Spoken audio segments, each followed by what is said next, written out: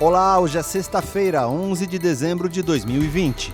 Eu sou Roberto Crescente e esta é a segunda edição do Boletim de Notícias da DW Brasil, transmitido diretamente da Alemanha. Confira nesta edição. Câmara da Argentina aprova a legalização do aborto. União Europeia concorda em reduzir emissões em 55% até 2030. A Câmara dos Deputados da Argentina aprovou um projeto de lei que legaliza o aborto até a 14ª semana de gestação. O projeto, apresentado pelo governo do presidente Alberto Fernandes, segue agora para debate e votação no Senado, que há 2 anos rejeitou uma iniciativa semelhante. Durante a sessão na Câmara, que durou 20 horas, grupos de defensores e opositores ao projeto se manifestavam no entorno do Congresso, em Buenos Aires. Em sua campanha eleitoral, Fernandes havia se manifestado em defesa da legalização da prática para que se reduzam os abortos clandestinos que colocam a vida das mulheres em risco. Atualmente, na Argentina só é permitido abortar legalmente se a mulher tiver sofrido abuso sexual ou correr risco de morte. Os líderes da União Europeia concordaram com uma ambiciosa meta de redução das emissões de gases causadores do efeito estufa em pelo menos 55% até 2030, tendo como referência os níveis de 1990.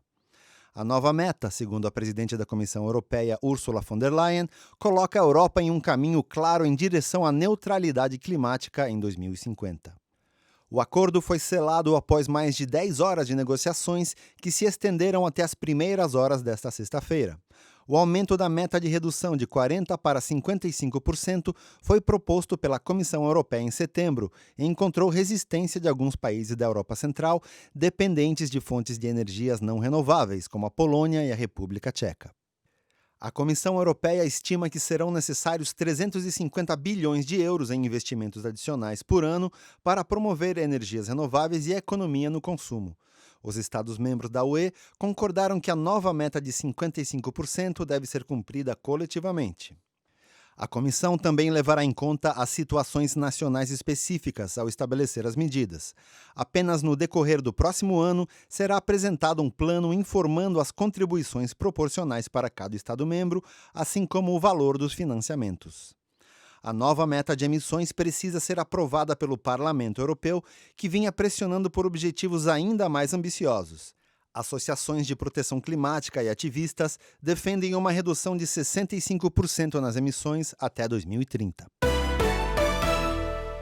Um comitê de especialistas independentes convocado pela Autoridade Sanitária dos Estados Unidos, a Food and Drug Administration, aprovou o uso emergencial da vacina contra a Covid-19 desenvolvida pela Pfizer em parceria com a empresa alemã de biotecnologia BioNTech.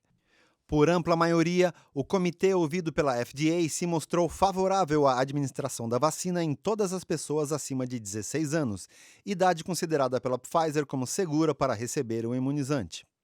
A aprovação do uso emergencial é o primeiro passo em direção a uma campanha de vacinação em massa nos Estados Unidos. O voto do comitê não é vinculativo, mas uma recomendação. A FDA, porém, costuma seguir as recomendações de painéis de assessoramento.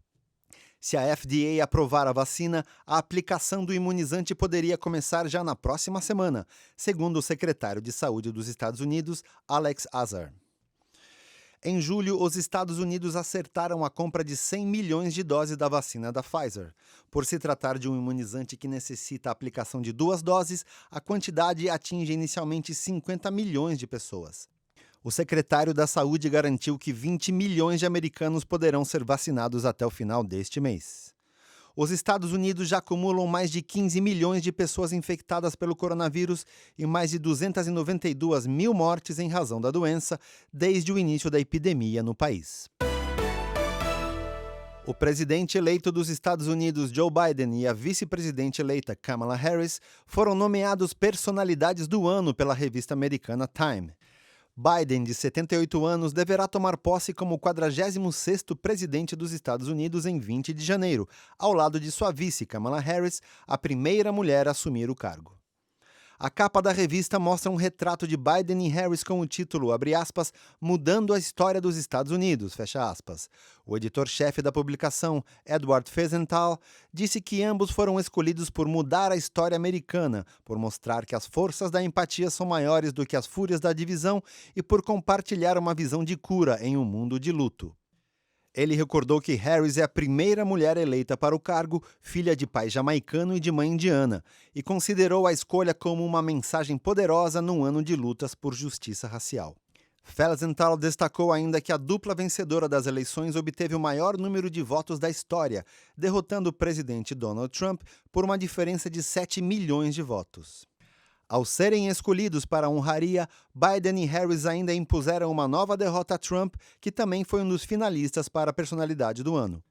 Também concorriam o Movimento por Justiça Racial nos Estados Unidos e o epidemiologista Anthony Fauci, juntamente com profissionais de saúde que trabalham no combate ao coronavírus. O Boletim de Notícias volta na segunda-feira. Para maiores informações, acesse nosso site dw.com/Brasil.